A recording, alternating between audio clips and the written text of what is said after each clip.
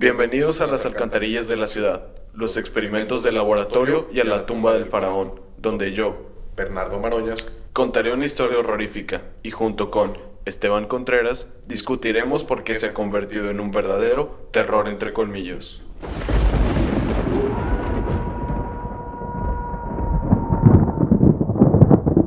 recurro a usted porque quiero contarle mi historia. Dijo el hombre acostado sobre el diván del Dr. Harper. El hombre era Lester Billings, de Waterbury, Connecticut. Según la ficha de la enfermera Vickers, tenía 28 años, trabajaba para una empresa industrial de Nueva York, estaba divorciado y había tenido 3 hijos, todos muertos. No puedo recurrir a un cura porque no soy católico. No puedo recurrir a un abogado porque no he hecho nada que deba consultar con él. Lo único que hice fue matar a mis hijos. De uno en uno los maté a todos. Billings estaba duro como una estaca sobre el diván, sin darle un ápice de sí. Sus pies sobresalían, rígidos por el extremo. Era la imagen de un hombre que se sometía a una humillación necesaria. Tenía las manos cruzadas sobre el pecho, como un cadáver. Sus facciones se mantenían escrupulosamente compuestas. Miraba el simple cielo raso, blanco, de paneles, como si por su superficie desfilaran escenas e imágenes. ¿Quiere decir que los mató realmente o...? No, Un movimiento impaciente de la mano. pero fui el responsable. Denny en 1967, Cheryl en 1971 y Andy este año. Quiero contárselo. El Dr. Harper no dio nada. Le pareció que Billings tenía un aspecto demacrado y envejecido. Su cabello raleaba, su tez estaba pálida. Sus ojos encerraban todos los secretos miserables del whisky. Fueron asesinados, ¿entiende? Pero nadie lo cree. Si lo creyeran, todo se arreglaría. ¿Por qué? Porque Billings se interrumpió y se irguió bruscamente sobre los codos, mirando hacia el otro extremo de la habitación. ¿Qué es eso? Bramó. Sus ojos se habían entrecerrado, reduciéndose a 2 tajos oscuros. ¿Qué es qué? Esa puerta. El armario empotrado, respondió el Dr. Harper, donde cuelgo mi abrigo y dejo mis chanclos. Ábralo. Quiero ver lo que hay dentro. El Dr. Harper se levantó en silencio, atravesó la habitación y abrió la puerta. Dentro, una gabardina marrón colgaba de una de las 4 o 5 perchas. Abajo había un par de chanclos relucientes. Dentro de uno de ellos había un ejemplar cuidadosamente doblado del New York Times.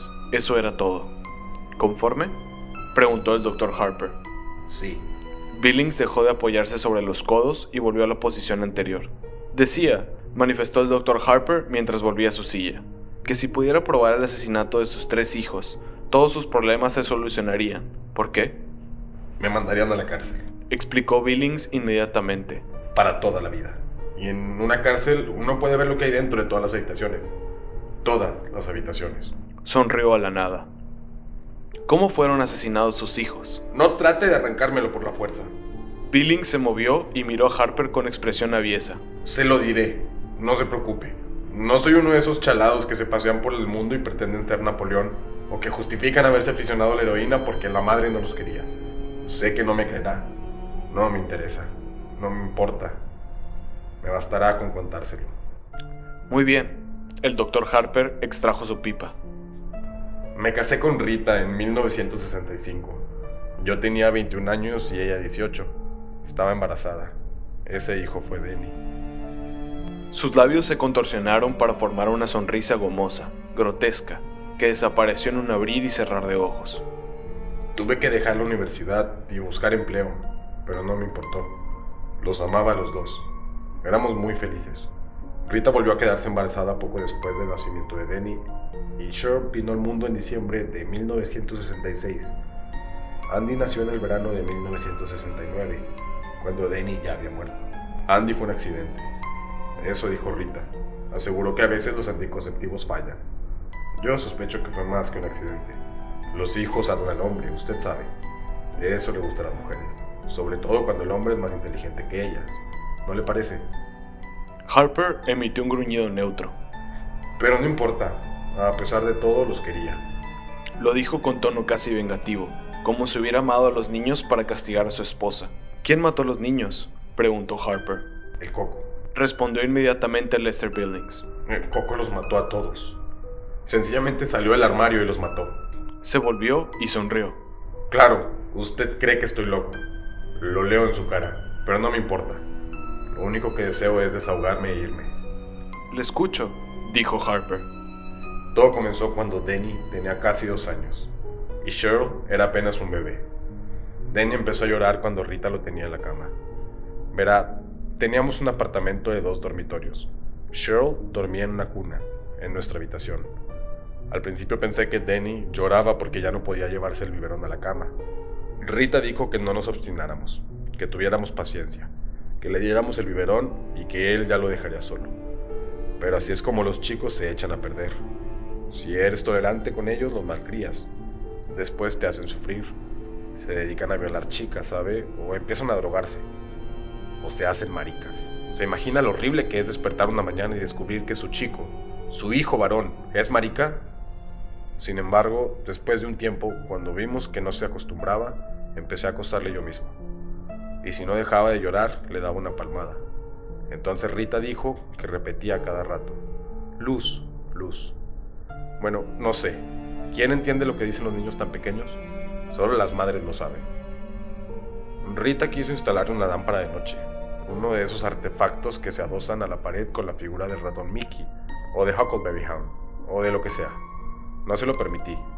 Si un niño no le pierde el miedo a la oscuridad cuando es pequeño, nunca se acostumbrará a ella. De todos modos, murió el verano que siguió al nacimiento de Cheryl. Esa noche lo metí en la cama y empezó a llorar enseguida. Esta vez entendí lo que decía. Señaló directamente el armario cuando lo dijo. El coco, gritó. El coco, papá. Apagué la luz y salí de la habitación y le pregunté a Rita por qué le había enseñado esa palabra al niño. Sentí deseos de pegarle un par de bofetadas, pero me contuve. Juró que nunca se la había enseñado. La acusé de ser una condenada embustera. Verá, ese fue un mal verano para mí. Solo conseguí que me emplearan para cargar camiones de Pepsi-Cola en un almacén. Y estaba siempre cansado. Cheryl se despertaba y lloraba todas las noches, y Rita la tomaba en brazos y gimoteaba. Le aseguro que a veces tenía ganas de arrojarlas a las 2 por la ventana. Jesús, a veces los mocosos te hacen perder la chaveta. Podrías matarlos. Bien, el niño me despertó a las 3 de la mañana, puntualmente. Fui al baño, medio dormido, ¿sabe? Rita me preguntó si había ido a ver a Denny. Le contesté que lo hiciera ella y volví a acostarme. Estaba casi dormido cuando Rita empezó a gritar. Me levanté y entré en la habitación. El crío estaba acostado boca arriba, muerto, blanco como la harina excepto donde la sangre se había acumulado, por efecto de la gravedad. La parte posterior de las piernas, la cabeza, en las nalgas.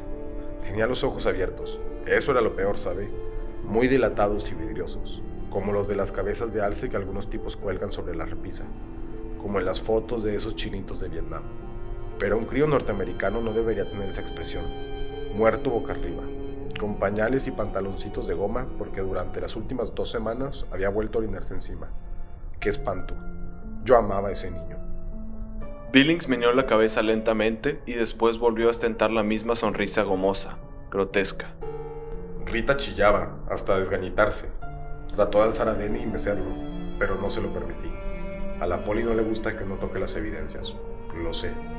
¿Supo entonces que había sido el coco?, preguntó Harper apaciblemente. Oh, no. Entonces no. Pero vi algo. En ese momento no le di importancia, pero mi mente lo archivó. ¿Qué fue?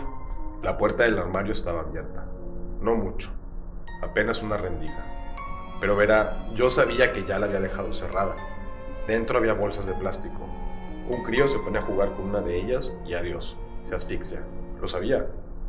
Sí. ¿Qué sucedió después? Billings se encogió de hombros. Lo enterramos. Miró con morbosidad sus manos, que habían arrojado tierra sobre los 3 pequeños ataúdes. ¿Hubo una investigación? Claro que sí. Los ojos de Billings centellaron con un brillo sardónico. Vino un jodido matasanos con un estetoscopio y un maletín negro lleno de chicles y una zamarra robada de alguna escuela veterinaria. Colapso en la cuna, fue el diagnóstico. ¿Ha oído alguna vez semejante disparate? El crío tenía 3 años. El colapso en la cuna es muy común durante el primer año de vida, explicó Harper puntillosamente. Pero el diagnóstico ha aparecido en los certificados de defunción de niños de hasta 5 años, a falta de otro mejor. ¡Mierda! espetó Billings violentamente. Harper volvió a encender su pipa. Un mes después del funeral, instalamos a Cheryl en la antigua habitación de Denny. Rita se resistió con uñas y dientes, pero yo dije la última palabra. Me dolió, por supuesto. Jesús, me encantaba tener a la mocosa con nosotros, pero no hay que sobreproteger a los niños, pues en tal caso se convierten en lisiados. Cuando yo era un niño, mi madre me llevaba a la playa y después se ponía ronca gritando: no te internes tanto, no te metas allí, hay corrientes submarinas. Has comido hace una hora, no te zambullas de cabeza. Le juro por Dios que incluso me decía que me cuidara de los tiburones. ¿Y cuál fue el resultado? Que ahora ni siquiera soy capaz de acercarme al agua. Es verdad, si me arrimo a una playa me atacan los calambres. Cuando Denny vivía, Rita consiguió que le llevase una vez con los niños a Saving Rock. Se me descompuso el estómago. Lo sé, ¿entiende? No hay que sobreproteger a los niños. Y uno tampoco debe ser complaciente consigo mismo. La vida continúa. Cheryl pasó directamente a la cuna de Denny. Claro que arrojamos el colchón viejo a la basura. No quería que mi pequeña se llenara de microbios.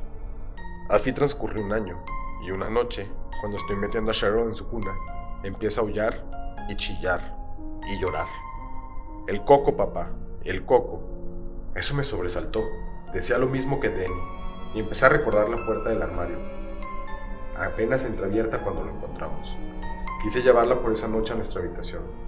¿Y la llevó? No. Billings se miró las manos y las facciones se convulsionaron. ¿Cómo podía confesarle a Rita que me había equivocado? Tenía que ser fuerte. Ella había sido siempre una marioneta. Recuerde con cuánta facilidad se acostó conmigo cuando aún no estábamos casados.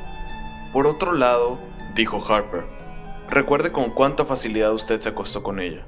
Billings, que estaba cambiando la posición de sus manos, se puso rígido y volvió lentamente la cabeza para mirar a Harper.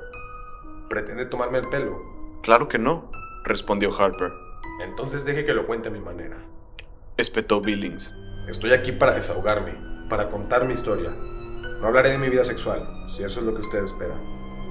Rita y yo hemos tenido una vida sexual muy normal, sin perversiones. Sé que a algunas personas les excita hablar de eso, pero no soy una de ellas. De acuerdo, asintió Harper. De acuerdo, repitió Billings, con ofusca arrogancia. Parecía haber perdido el hilo de sus pensamientos, y sus ojos se desviaron, inquietos, hacia la puerta del armario, que estaba herméticamente cerrada. ¿Prefiere que la abra?, preguntó Harper. No, se apresuró a exclamar Billings. Lanzó una risita nerviosa. ¿Qué interés podría tener en ver sus chanclos? Y después de una pausa, dijo: el coco la mató también a ella. Se frotó la frente, como si hubiera ordenado sus recuerdos. Un mes más tarde, pero antes sucedió algo más. Una noche vi un ruido ahí dentro, y después Cheryl gritó. Abrí muy rápidamente la puerta. La luz del pasillo estaba encendida, y ella estaba sentada en la cuna, llorando, y algo se movió. En las sombras, junto al armario, algo se deslizó. ¿La puerta del armario estaba abierta? Un poco, solo una rendija. Billings se humedeció los labios. Cheryl hablaba a gritos del coco, y dijo algo más que sonó como garras. Solo que ella dijo galas, ¿sabe? A los niños les resulta difícil pronunciar la R. Rita vino corriendo y preguntó qué sucedía. Le contesté que le habían asustado las sombras de las ramas que se movían en el techo. ¿Galochas?, preguntó Harper. ¿Eh? Galochas, son una especie de chanclos. Quizá había visto las galochas en el armario y se refería a eso. Quizá, murmuró Billings. Quizá se refería a eso, pero yo no lo creo. Me pareció que decía garras. Sus ojos empezaron a buscar otra vez la puerta del armario. Garras, largas garras. Su voz se había reducido a un susurro. ¿Miró dentro del armario? Sí. Las manos de Billings estaban fuertemente entrelazadas sobre su pecho, tan fuertemente que se veía una luna blanca en cada nudillo. ¿Había algo dentro? ¿Vio al...? No vi nada, chilló Billings de súbito, y las palabras brotaron atropelladamente, como si hubieran arrancado un corcho negro del fondo de su alma. Cuando murió la encontré yo. Verá, ya estaba negra, completamente negra. Se había tragado la lengua y estaba negra como una negra de un espectáculo de negros, y me miraba fijamente. Sus ojos parecían los de un animal embalsamado, muy brillantes y espantosos, como canicas vivas, como si estuviera diciendo: Me pilló, papá. Tú dejaste que me pillara. Tú me mataste. Tú le ayudaste a matarme. Su voz se apagó gradualmente. Un solo lagrimón silencioso se deslizó por su mejilla. Fue una convulsión cerebral, ¿sabe? A veces le sucede a los niños. Una mala señal del cerebro. Le practicaron la autopsia en Hartford y nos dijeron que se había asfixiado al tragarse la lengua durante una convulsión. Y yo tuve que volver solo a casa porque Rita se quedó ahí, bajo el efecto de los sedantes. Estaba fuera de sí. Tuve que volver solo a casa. Y sé que a un crío no le atacan las convulsiones por una alteración cerebral. Las convulsiones pueden ser el producto de un susto. Y yo tuve que volver solo a la casa donde estaba eso. Dormí en el sofá, Susurró. con la luz encendida. ¿Sucedió algo? Tuve un sueño. Contestó Billings. Estaba en una habitación oscura y había algo que yo no podía ver bien. Estaba en el armario. Hacía un ruido viscoso. Me recordaba un cómic que había leído en mi infancia. Cuentos de la cripta. ¿Lo conoce? Jesús. Había un personaje llamado Graham Ingalls, capaz de invocar a los monstruos más abominables del mundo. Y a algunos de otros mundos. De todos modos, en este relato una mujer ahogaba a su marido. ¿Entiende?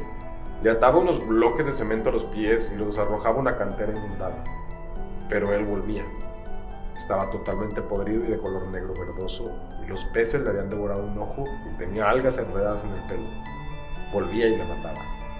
Y cuando me desperté en mitad de la noche, pensé que lo encontraría inclinándose sobre mí, con garras, largas garras. El Dr. Harper consultó su reloj digital embutido en su mesa. Lester Billings estaba hablando desde hacía media hora. Cuando su esposa volvió a su casa, dijo: ¿Cuál fue su actitud respecto a usted? Aún me amaba. Respondió Billings orgullosamente. Seguía siendo una mujer sumisa. Ese es el deber de la esposa, ¿no le parece? La liberación femenina solo sirve para aumentar el número de chalados. Lo más importante es que cada cual sepa ocupar su lugar. ¿Su sitio en la vida? Eso es. Billings hizo chasquear los dedos. Y la mujer debe seguir al marido. Durante los primeros 4 o 5 meses que siguieron a la desgracia, estuvo bastante mustia. Arrastraba los pies por la casa. No cantaba, no veía la tele, no reía. Yo sabía que se sobrepondría. Cuando los niños son tan pequeños, uno no llega a encariñarse tanto. Después de un tiempo hay que mirar su foto para recordar cómo eran exactamente. Quería otro bebé. Agregó, con tono lúgubre. Le dije que era una mala idea. No de forma definitiva, sino por un tiempo. Le dije que era hora de que nos conformáramos y empezáramos a disfrutar el uno del otro. Antes nunca habíamos tenido la oportunidad de hacerlo. Si queríamos ir al cine, teníamos que buscar una babysitter. No podíamos ir a la ciudad a ver un partido de fútbol si los padres de ella nos aceptaban cuidar a los críos, porque mi madre no quería tener tratos con nosotros. Denny había nacido demasiado poco tiempo después de que nos casamos, ¿entiende? Mi madre dijo que Rita era una zorra, una vulgar trotacalles. ¿Qué le parece? Una vez me hizo sentar y me recitó la lista de las enfermedades que podía pescarme si me acostaba con una prostituta. Me explicó cómo un día apareció una llaguita en el pene, y al día siguiente se estaba pudriendo. Ni siquiera aceptó venir a la boda. Billings tamborileó con los dedos sobre su pecho. El ginecólogo de Rita le vendió un chisme llamado DIU, dispositivo intrauterino. Absolutamente seguro, dijo el médico. Bastaba insertarlo en el aparato femenino y listo. Si hay algo ahí, el óvulo no se fecunda, ni siquiera se nota, ni siquiera sabes que está ahí. Y al año siguiente volvió a quedar embarazada. Vaya seguridad absoluta. Ningún método anticonceptivo es perfecto, explicó Harper. La píldora solo lo es en el 98% de los casos. El DIU puede ser expulsado por contracciones musculares, por un fuerte flujo menstrual y en casos excepcionales durante la evacuación. Sí, o la mujer se lo puede quitar. Es posible.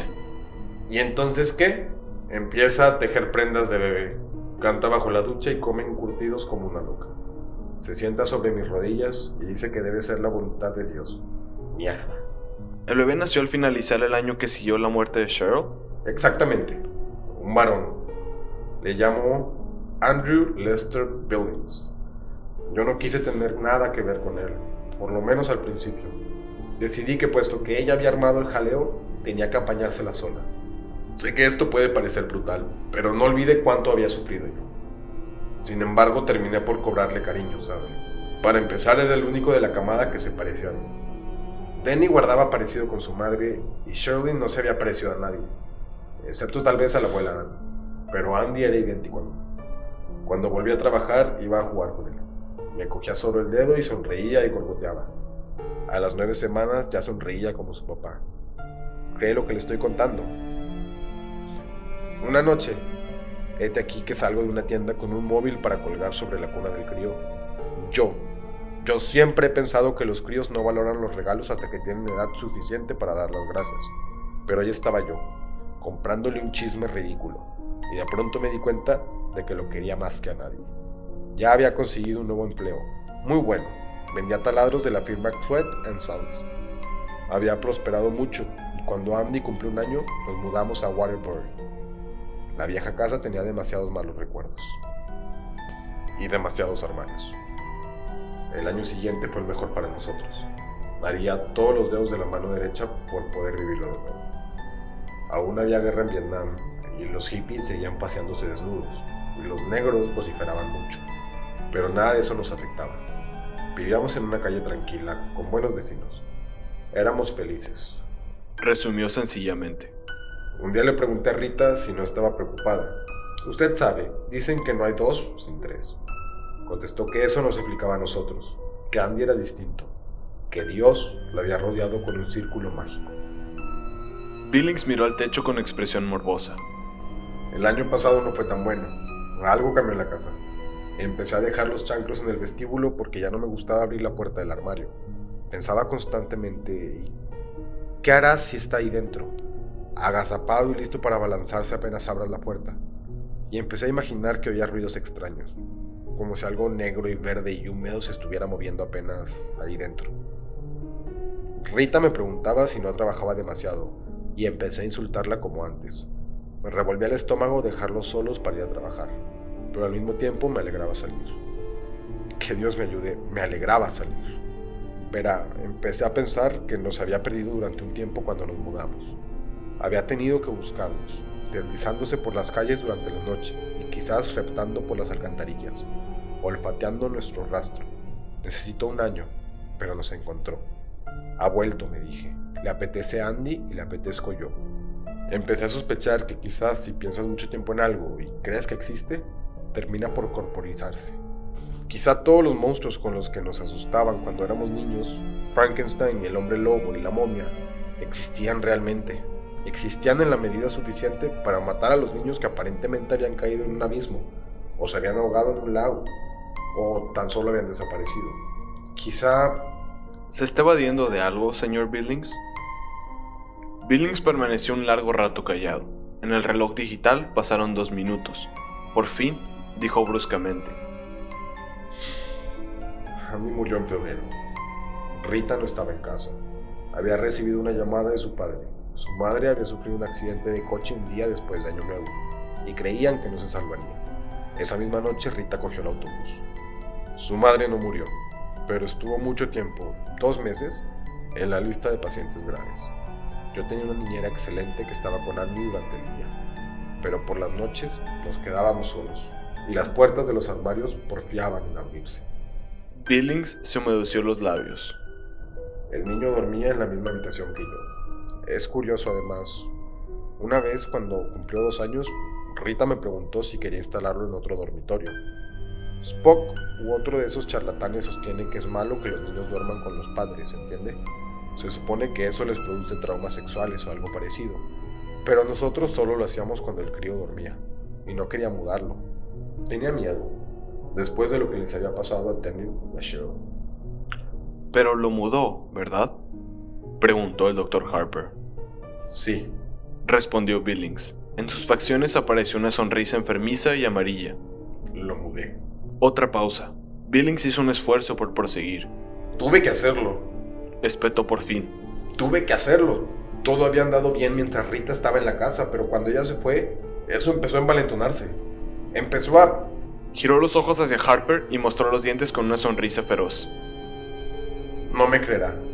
Sé qué es lo que piensa. No soy más que otro loco de su fichero, lo sé. Pero usted no estaba ahí, maldito fisgón. Una noche todas las puertas de la casa se abrieron de par en par. Una mañana, al levantarme, encontré un rastro de cieno e inmundicia en el vestíbulo entre el armario de los abrigos y la puerta principal. ¿Eso salía o entraba? No lo sé. Juro ante Dios que no lo sé. Los discos aparecían totalmente rayados y cubiertos de limo. Los espejos se rompían. Y los ruidos. Los ruidos. Se pasó la mano por el cabello. Me despertaban a las 3 de la mañana y miraba la oscuridad. Y al principio me decía, es solo el reloj. Pero por debajo del tic-tac oía que algo se movía sigilosamente. Pero no con demasiado sigilo, porque quería que yo lo oyera. Era un deslizamiento pegajoso, como el de algo salido del fregadero de la cocina, o un chasquido seco como el de garras que se arrastran suavemente sobre la baranda de la escalera. Y cerraba los ojos, pensando que si oírlo era espantoso, verlo sería... Y siempre temía que los ruidos se interrumpieran fugazmente, y que luego estallara una risa sobre mi cara y una bocanada de aire con olor a coles rancios, que unas manos se cerraran sobre mi cuello. Billings estaba pálido y tembloroso. De modo que lo mudé. Sabía que primero iría a buscarle a él, porque era más débil. Y así fue. La primera vez chilló en mitad de la noche, y finalmente, cuando reuní los cojones suficientes para entrar, lo encontré de pie en la cama y gritando, «El coco, papá, el coco, quiero ir con papá, quiero ir con papá». La voz de Billings sonaba atiplada, como la de un niño. Sus ojos parecían llenar toda su cara. Casi dio la impresión de haberse encogido en el diván. Pero no pude. El tono atiplado infantil perduró. No pude. Y una hora más tarde oí un alarido. Un alarido sobrecogedor, gorgoteante. Me di cuenta de que le amaba mucho porque entré corriendo, sin siquiera encender la luz. Corrí, corrí, corrí. Oh Jesús, María y José, le había atrapado. Le sacudía como un perro sacude un trapo y vi algo con unos repulsivos hombros encorvados y una cabeza de espantapájaros. Y sentí un olor parecido al que despide un ratón muerto en una botella de gaseosa. Y oí. Su voz se apagó y después recobró el timbre de un adulto. Oí cómo se quebraba el cuello de Andy. La voz de Billings sonó fría y muerta. Fue un ruido semejante al del hielo que se quiebra cuando uno patina sobre un estanque de invierno. ¿Qué sucedió después? Eché a correr. Respondió Billings con la misma voz fría, muerta. Fui a una cafetería que estaba abierta durante toda la noche. ¿Qué le parece esto? Como prueba de cobardía, me metí en una cafetería y bebí 6 tazas de café. Después volví a casa. Ya amanecía. Llamé a la policía aún antes de subir al primer piso. Estaba tumbado en el suelo mirándome, acusándome. Había perdido un poco de sangre por una oreja, pero solo una rendija. Se cayó. Harper miró el reloj digital. Habían pasado 50 minutos. Pídale una hora a la enfermera, dijo. ¿Los martes y jueves? Solo he venido a contarle mi historia, respondió Billings. Para desahogarme. Le menté a la policía, ¿sabe? Dije que probablemente el crío había tratado de bajar de la cuna por la noche y se lo tragaron. Claro que sí. Eso era lo que parecía, un accidente como los otros. Pero Rita comprendió la verdad. Rita comprendió finalmente.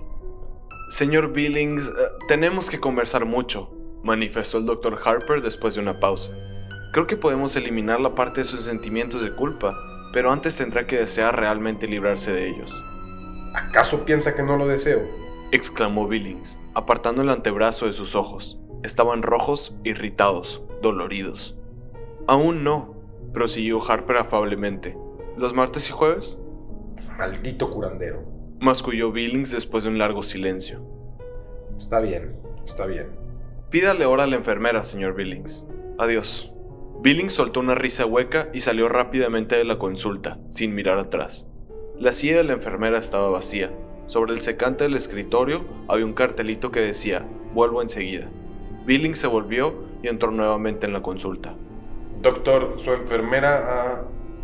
Pero la puerta del armario estaba abierta, solo una pequeña rendija. Qué lindo, dijo la voz desde el interior del armario. Qué lindo. Las palabras sonaron como si hubieran sido articuladas por una boca llena de algas descompuestas. Billings se quedó paralizado donde estaba mientras la puerta del armario se abría. Tuvo una vaga sensación de tibieza en el bajo vientre cuando se orinó encima. Qué lindo, dijo el Coco mientras salía arrastrando los pies. Aún sostenía su máscara del Dr. Harper en una mano podrida, de garras espatuladas.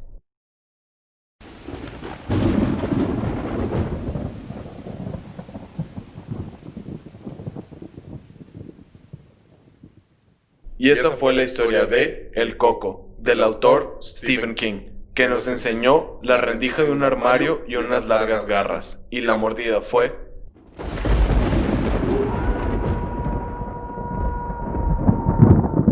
Para mí, la verdad, la mordida fue el final, porque te lo pone, te lo presenta con los hijos, qué onda con la bestia, con el monstruo, luego te lo presenta con el segundo hijo, luego te lo presenta con el tercero, y luego te dice cómo básicamente lo está cazando, incluso cuando está con el doctor. O sea, fue explosivo genuinamente cómo la bestia lo está cazando a este hombre por ninguna razón aparente.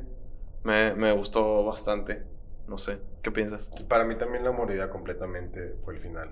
Me encanta la idea de que no sea como y el Dr. Harper se empezó a arrancar la piel y a convertirse, sino que ya sale de que parece una cita, no está la empleada, secretaria o lo que sea. Gracias, no está la secretaria y regresa y nada más tiene de que la máscara en la mano y ve que la rendija del armario está abierta y es como...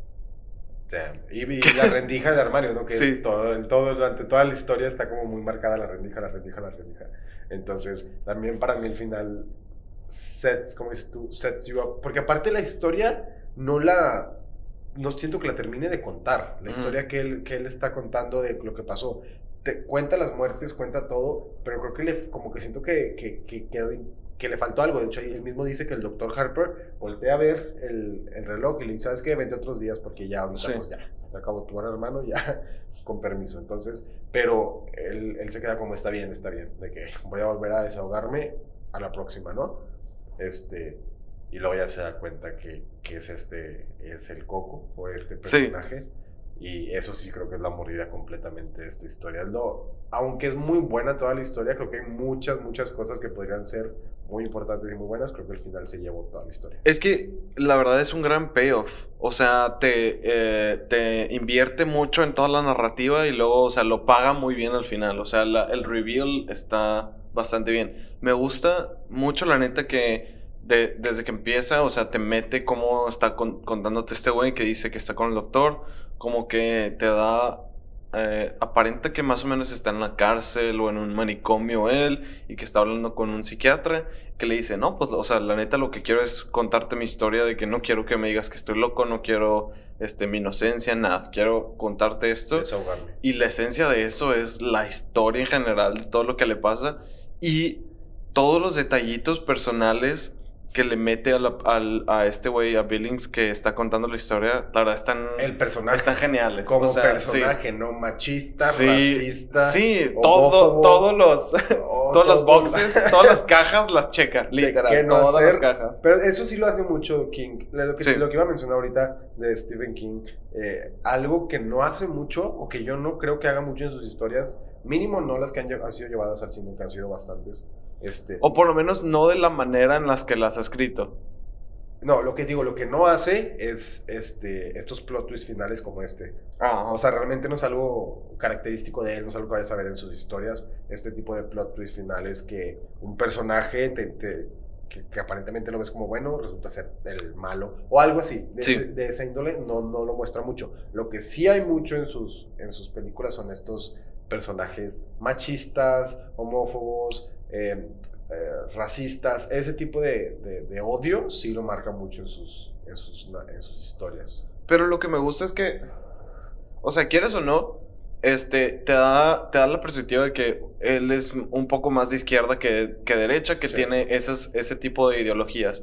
Pero lo que me gusta es que, por lo menos en este tipo de historias, que en esta que es más temprana a las que hemos visto últimamente, está justificada la manera en la que el personaje tiene tales ideologías, que, mi hijo, marica, y no sé qué, o sabes Sí. que tiene muchas cosas así muy directas, muy masculinas, pero que de todas maneras le tiene miedo a esta entidad. O sea, siento que está bien justificada ese tipo de ideologías para el personaje. Es lo que me gusta, que no es como que es el villano porque es conservador. Ahí es cuando ya difiero de las adaptaciones más contemporáneas, a lo Sí. mejor, de sus historias, pero me gusta que está justificada las ideologías del personaje. Sí, y creo que también le dan el sabor a la historia de... No me encanta tal vez este personaje como persona, pero me encanta cómo ayuda para que la historia le dé más sentido, porque tiene sentido el... No voy a andar dejando la luz prendida a mis hijos porque tienen que ser hombres y luego Sí. no van a tener miedo. Lo maté el coco. Sí. No le voy a permitir que se duerman con nosotros. No, bueno, ese sí lo permiten. Hay otra que no lo permite, que es, no le voy a... Hay otra que no lo voy a chiflar para que no se vuelva marica, ¿no? Ajá, Y todo ajá. esto, y hay el énfasis en decir marica. Sí. Que hace. Entonces todo esto es como, quiero que mis hijos sean así de fuerte, lo estoy educando de esta forma, pero ahí de que esto lo aprovecha.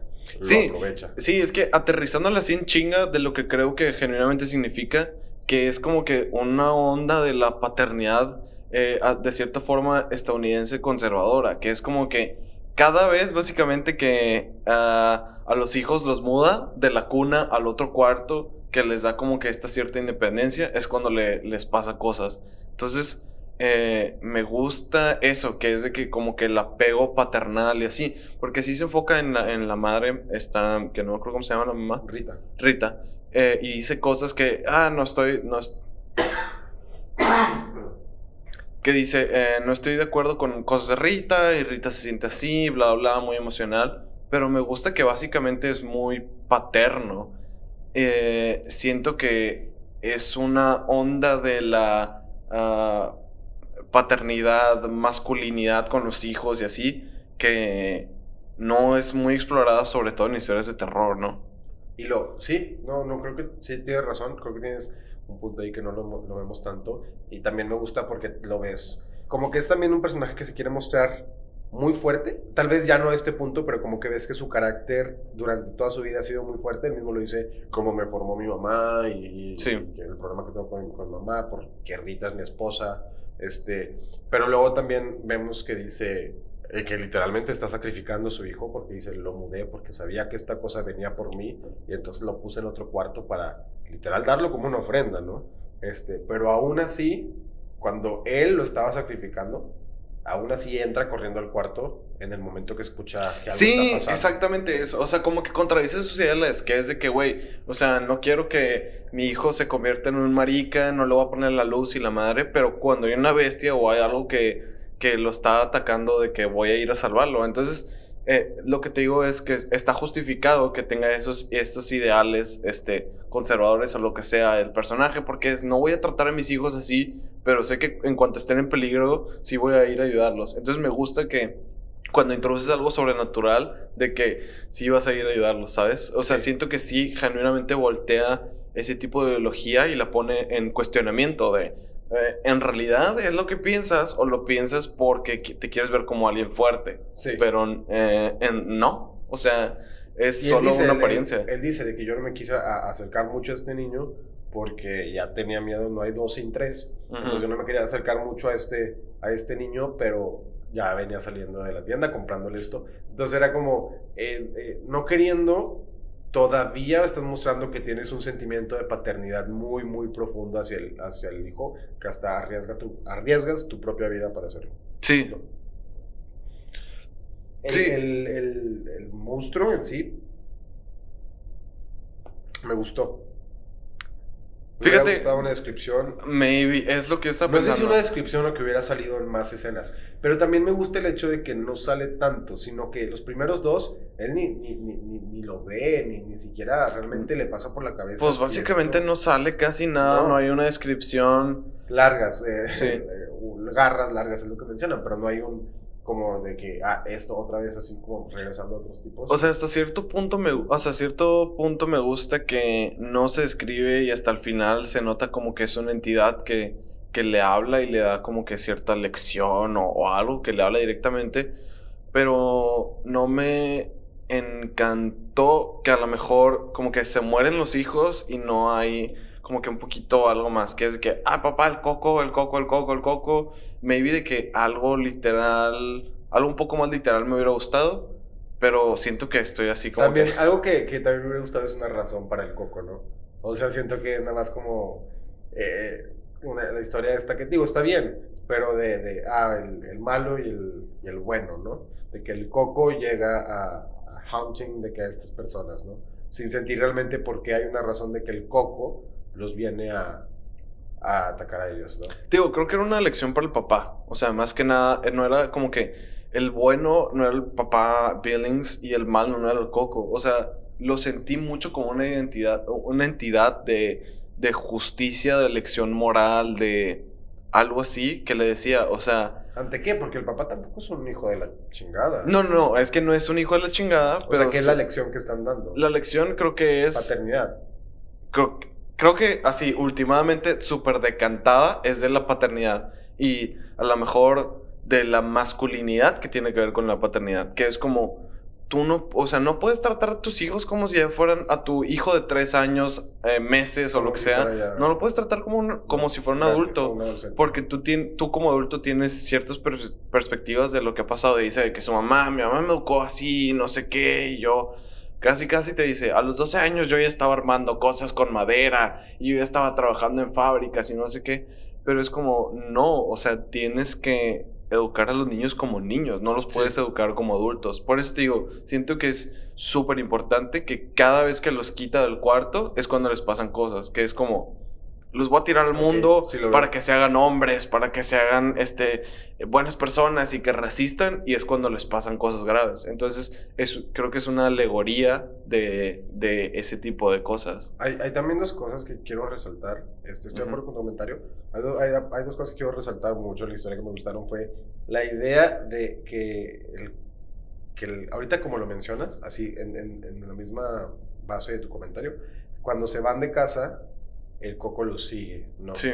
Entonces es como, lo sigue y él lo menciona, que se está como escondiendo y que se tardó en encontrarnos, pero ya se siente que está aquí, entonces yo ya sé lo que tengo que hacer y es sacrificar a mi hijo, que es lo que termina haciendo. Y para hacerlo es ponerlo en otro cuarto, ¿no? Ujú. Entonces sí marca bastante lo que tú dices, y también me gustó mucho el hecho que dice que si piensas mucho en las cosas se vuelven realidad, ¿no? Ajá. Esta idea de que no sabe si tal vez él mismo creó este monstruo por estar pensándolo tanto, ¿no?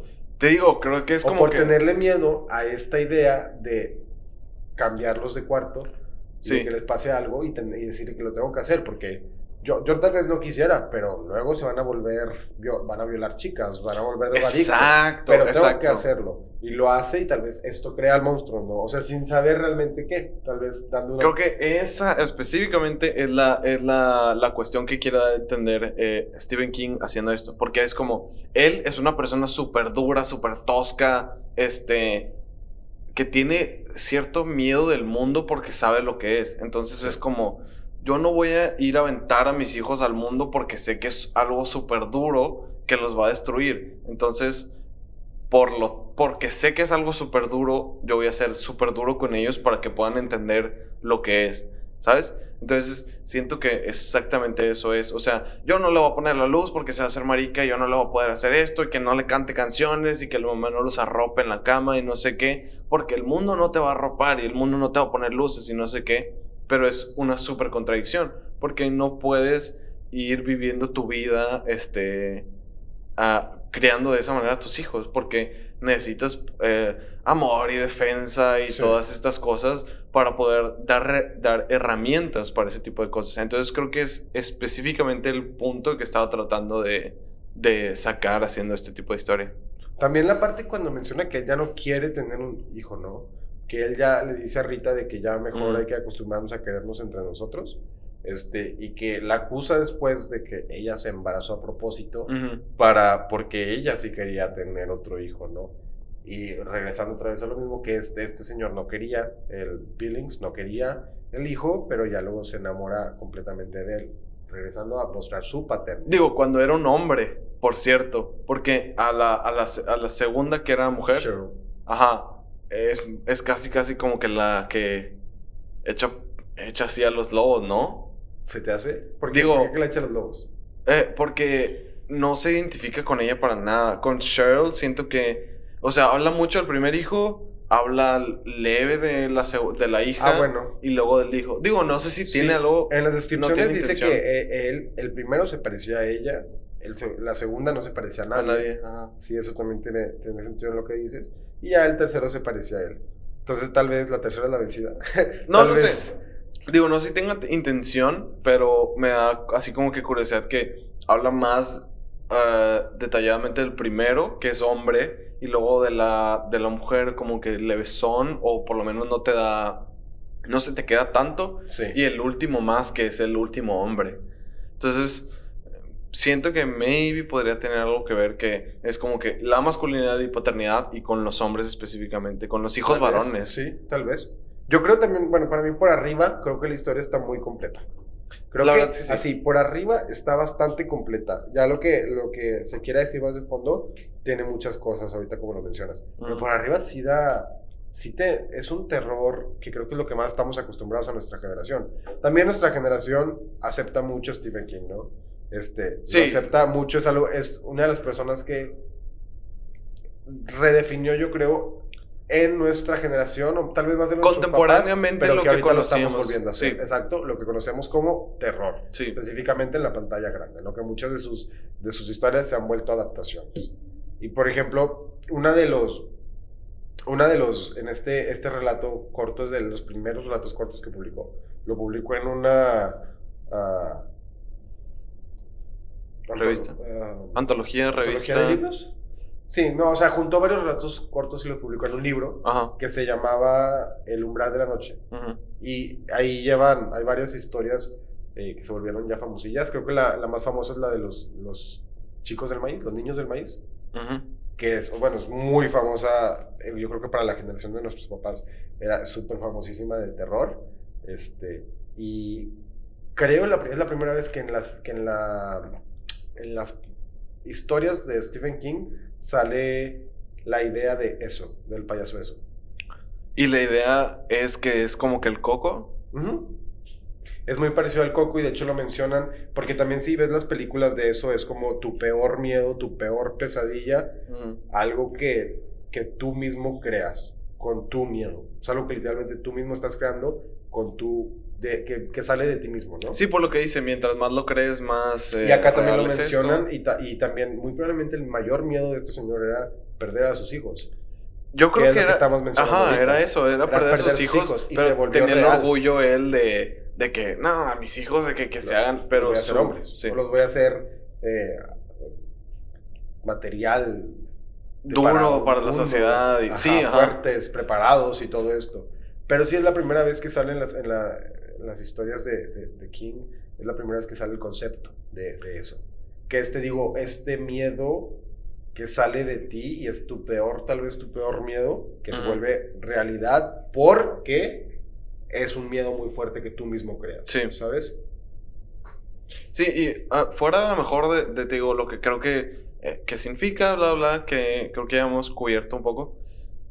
Me gusta cómo, regresando, que se lo está contando al doctor y la interacción que tiene y como está así de que sprinkled ahí el narrador que dice que lo dice de esta forma y no sé qué, y que el doctor le contesta, como que creo que lo complementa muy bien. Si hubiera sido una historia solo en primera persona, complementa muy bien la plática así, como dismissive, que el doctor no lo está pelando mucho y así, y luego el reveal es que es este güey todo el tiempo y que pues básicamente le estaba poniendo un vergo de atención a lo que está de diciendo. hecho el doctor no lo está apelando casi. Sí, no, o sea, me gusta eso. Lo porque menciona así como de que, a ver, bueno, pues cuéntame, ¿y qué hiciste? Pero muy, muy por arribita, ¿no? Y tal vez, yo tal vez lo leyera antes de ver el final, diría de que pues es que el vato nada más se quiere desahogar, ¿qué tanto le puede decir el doctor si realmente nada más se quiere desahogar? Pues el doctor lo va a escuchar, que Sí. es lo que quiere, ¿no?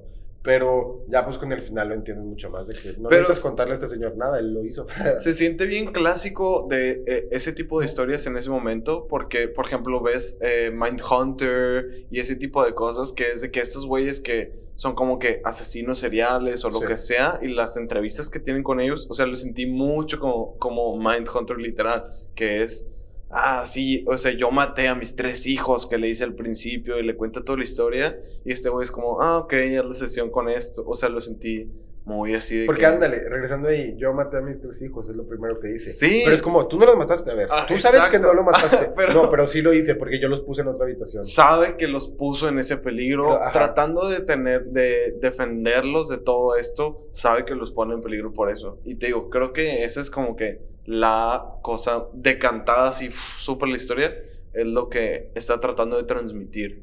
Y no sé, a lo mejor, o sea, pienso en ese contexto y a lo mejor es como lo que estaba viendo de la paternidad en esa época, cuando tuvo su primer hijo este güey, ¿sabes? O sea, a lo mejor el estado mental que puedes tener cuando te das cuenta de ese tipo de cosas. Sí. Y creo que sobre todo nosotros como vatos nos podemos dar mucho cuenta de ese tipo de cosas. No, digo, no sé tú, por lo menos yo, de mi papá, que era de que ese tipo de cosas que tratan de prepararte para el mundo, cuando en realidad son ese tipo de mamadas que Que específicamente muy no te preparan probablemente para nada. es completamente Al revés, al ajá. revés, exacto. No te beneficia en lo absoluto y te jode mucho más. Sí, literal. Sí, por supuesto, pero es como, quiero que estés listo, quiero lo mejor para ti, no viene con muchas buenas intenciones, pero se convierte en algo que te puede afectar muy cabronamente. Literal. Y esto es lo que pasó aquí. Pero sí se ve, o sea, él tiene una razón para hacer las cosas, como él lo educaron y como él cree que son las cosas, tiene una razón para hacerlo. Se volvió su peor enemigo. Eso. Sí, y otra cosa que me gustó un chorro fue como que la redacción, o sea, estás libre, simple, a lo mejor porque es un trabajo más contemporáneo de los que hemos leído, Sí. pero está bastante fluida todo, las descripciones están fluidas, pero sí se siente... Está sencilla de leer, está Sí. sencilla de escuchar, de sentir. Sabes lo que quiere decir, sabes a dónde lo quiere llevar al punto. Está muy bien. muy Sí, bien. está muy clásico terror. Clásico terror. Por eso digo, es clásico terror porque es lo que estamos acostumbrados. Porque es lo que estamos acostumbrados después de eso. Ajá. Entonces entiendo muy bien, la neta, aunque sus historias más recientes no es como que lo que me encanta. Entiendo por qué este güey se convirtió en lo que es ahorita, la verdad. Y por qué ha tenido tantas adaptaciones en películas de lo que es. Porque esto... O sea, si tú lo ves en un largometraje o en un cortometraje, te lo imaginas perfectamente, ¿sabes? Sí, o sea, exacto. como este güey te lo está explicando y así está. Sabes lo que tienes que poner, sabes lo Sí. que tienes que ver. Aunque tu idea y mi idea puedan cambiar, lo importante es sigue y es lo mismo. Y creo que tiene un lenguaje no solo literario, sino muy cinematográfico. Es que es exacto, no solo, tal vez cinematográfico, no sé si cinematográfico sea la palabra, pero creo que te lleva al ambiente. Más allá de que te lo muestre específicamente como las otras que hemos leído, que es esto estaba en la pared, esto estaba aquí, se veía esto, y te quiere como que meter muy a fuerza. Sí. Aquí te lleva al ambiente a través de los sentimientos de los personajes, te lleva al ambiente a través de lo que están pensando. No te dice mucho, no te describe mucho los lugares, no te describe mucho el lo que están contexto. viendo. Sí, lo que sí. No, es nada más de que los personajes hablando y contando Y la historia. esta situación Pero que esto está es lo pasando. importante. Sí. Esto es lo importante. Ya si tú quieres los demás colores y lo quieres, eso no importa. Lo que importa es esto que pasó. Sí, estoy de acuerdo. O sea, creo que es un trip contemporáneo al que estamos muy acostumbrados, Sí. pero es genio inventando ese tipo de cosas y por eso estamos acostumbrados como tal. Pero, no sé, digo, me gustó bastante. O sea, ¿Qué no creo te que gustó? eso iba. ¿Qué es lo que no nos gustó? No sé, o sea, estaba hablando maybe un poquito más coco. Un poquito más literal, coco, un estoy de poquito más acuerdo. monstruo. O sea, creo que necesitaba algo más que solo el final, porque el final está muy bueno, pero maybe hubiera tenido un poquito más Aunque peso. las partes donde Coco que describe, aunque no salga el Coco directamente, que él mismo dice, tengo miedo de abrir el Desti que estás echando ahí, dejé de abrir el armario y que estás echando a punto de saltarme. A mí esa parte genuinamente me causaba, la verdad, un poco de terror, tan Ansiedad, siquiera pensarlo, sí. un poco de como este miedillo así chiquillo de niño, la verdad, un miedo de niño, pero de pensar en eso de abrir el armario y que salte este tipo de monstruo. Y ni siquiera está saliendo, simplemente está diciendo yo me lo imaginé, ¿no? Entonces sí hubo muy pocas partes en las que sale el coco, pero creo que son muy efectivas. Sí, son muy efectivas. Específicamente para que al final salga de la forma en la que lo hace. Sí, la verdad sí son muy efectivas. Por ejemplo, cuando la niña o el niño le dicen de que el coco, papá, quiero ir con papá, no sé qué. Maybe un poquito más de lo que ve él o lo que pasa Eso específicamente en el armario. Describir, por ejemplo, me gusta mucho la descripción de los cadáveres de los niños, que también es algo, es un toque bien Está denso. cañón, Sí, está describir denso. el cadáver de un niño, ¿no? O la muerte que hizo que le rompió el cuello. O sea, eso está muy fuerte. Me hubiera gustado tal vez un poquito más porque son esas partes donde estás describiendo, es el horror que tu historia está jugando. Sí. Específicamente tu historia está jugando este tipo de horror. Échale un poquito más, yo diría. Un poquito más. Y también la parte del asesinato del niño que él ni siquiera ve, nada más escucha. Eso me encantó. Sí. Me hubiera gustado también que hubiera un poco más, tal vez escuchar cómo se clavaban los colmillos, cómo se lo desgarraba a la mitad, que fuera todo oído. Me encantó la idea de que no viera nada, pero me hubiera gustado que la descripción no fuera solo el cuello roto, ¿no? Y maybe estoy pensando la esposa, Rita, sí, esposa como que está muy on the sideline, o sea, está por ahí, ¿qué pasa? O sea, maybe un poquito más de descripción, que sí, está en primera persona, es que Rita hacía esto y no sé qué, yo pensaba tal, pero maybe incluirla un poco más en lo que era. Algo, de hecho, ahora que lo mencionas, algo que sí puedo creer que no me encantó de Rita, fue el hecho de que, para empezar, están divorciados, y nunca, digo, obviamente por los 3 hijos, pero me hubiera gustado que hubiera una peleita ahí para describir un poco más el divorcio. La relación que tenían y entre ellos dos. aparte, él le dice, pero Rita sí lo entendió. Pero nunca entendemos cómo lo entendió. Siento que era como que una reflexión al final de él. Era, entendió lo que pasó y sé que yo estaba mal al final. No sé, como sí, que sí pero lo nunca, entendí. lo que yo no entiendo es, o sea, ¿qué entendió Rita? ¿Que fue el coco? ¿Que fuiste tú? ¿Qué fue lo que entendió Rita? Sí. Y me hubiera gustado tal vez ahí explicar qué fue lo que entendió o un por qué lo entendió. Porque nada más se murió, explícito. pero no sabemos por qué. Sí. O ella no sabe por qué. Ella, bueno, mínimo nunca lo menciona en la historia, que ella también ve el coco, también tiene una idea de qué está pasando. Sí. ¿No? Entonces, ¿por qué? ¿Qué entendió? Eso me hubiera gustado también un poco más. Sí, exacto. Porque como te lo estaba contando desde esa perspectiva, dices, entendió. No, pues sí, entendió. Sí. Pero sí no te da esos puntos específicos para que ella haya entendido qué fue lo que pasó desde esta perspectiva y lo que sea. Sí, probablemente un poquito de la esposa, un poquito más del monstruo, maybe un poquito más de la relación con los hijos, porque sientes que tengo los hijos, las cunas, no sé qué, pero cómo se llevan en específico. No, creo que eso tiene sentido. Porque creo que es muy esto que dice el de que uno no llega a tener tanta relación cuando los hijos. Y me encanta que lo diga así tan directo porque, digo, yo tal vez no lo pienso, tal vez si no tengo hijos. Pero es tiene la perspectiva sentido. masculina. Y tiene bastante sentido, sí. que es como, pues sí, son niños, que tanto chiste pueden tener, digo, bueno, ya cada quien, pero dice que no puede tener tanta relación cuando están hijos. Entonces, creo que ese trip sí estuvo bien. Sí. ¿Cuántos colmillos le das a esta historia, Esteban? La neta, yo creo, estoy entre 4 y 4.5, entonces voy a decir 4.3. 4.35 colmillos. Ok, yo no sabía que se valía eso.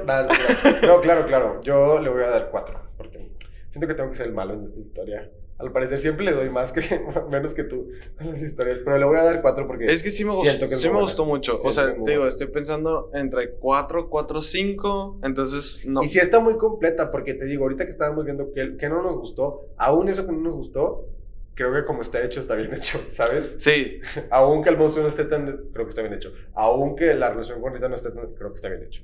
Entonces creo que 4 para mí es muy bueno. Creo que es todo lo que podrías esperar de una historia de terror. O sea, ¿sí? Tiene todos los elementos que te dan miedo, que te cuentan todo un contexto, todo un personaje y así. Y aún así te da algo en qué pensar, un mensaje. Sí. Es lo que últimamente lo que más me gusta. O sea, no es como que es un monstruo que está ahí, que te va a matar, bla, bla. Siento que puedes leer una cosa que te hace pensar en A lo mejor este pedo es lo que hace que exista este monstruo o esta consecuencia que tiene el personaje. Sí, o sea, lo que dices tú es que está checking all the boxes que son sí. necesarias para que esta historia no solo sea un buen terror entre colmillos, una buena historia de terror, Sí. sino que aparte tenga un mensaje. Sí, la verdad sí, es lo que me importa mucho. Estoy pensando, Es buena, es buena. no sé si me encanta la línea de qué lindo. Ah, no, yo también. Creo que lo de qué lindo es como... Está ¿por qué qué lindo? extraña. ¿Y por qué qué lindo? Sí. Porque, a ver, piénsalo en inglés. How cute. No creo que fuera cute la palabra que usaría. Pretty. How cute, how pretty. No sé, pero se está burlando de él al final, pretty. básicamente. Sería algo como... Se está burlando pretty, de so él, de pretty. que, Sí. o sea, qué lindo que pensaste así, qué lindo Sí. que hiciste esas cosas. Sí, no sé. No sé si es la Tal línea vez que él- hubiera puesto. Regresando a lindo bebé, de que lindo niños. 4.25 es, no, por pensar en otra vez esa línea. Está bien, 4.25. 4.25 y 4. 4.20. Ah, está bien, güey. Está cortito Está, también. está bien. 3.25. 4, yo le doy 4, creo que sí está muy buena. Sí. Muy, muy buena.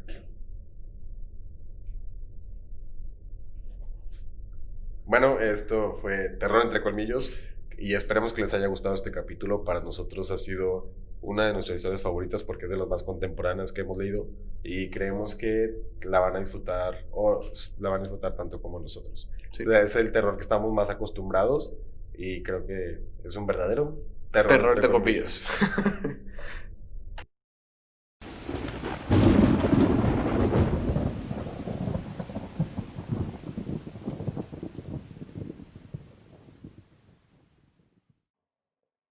Gracias por escuchar este podcast. A nosotros nos gusta compartir nuestra opinión acerca de historias de terror. Si a ti también, síguenos en nuestras redes sociales buscándonos como Terror entre Colmillos y te esperamos en la siguiente pesadilla.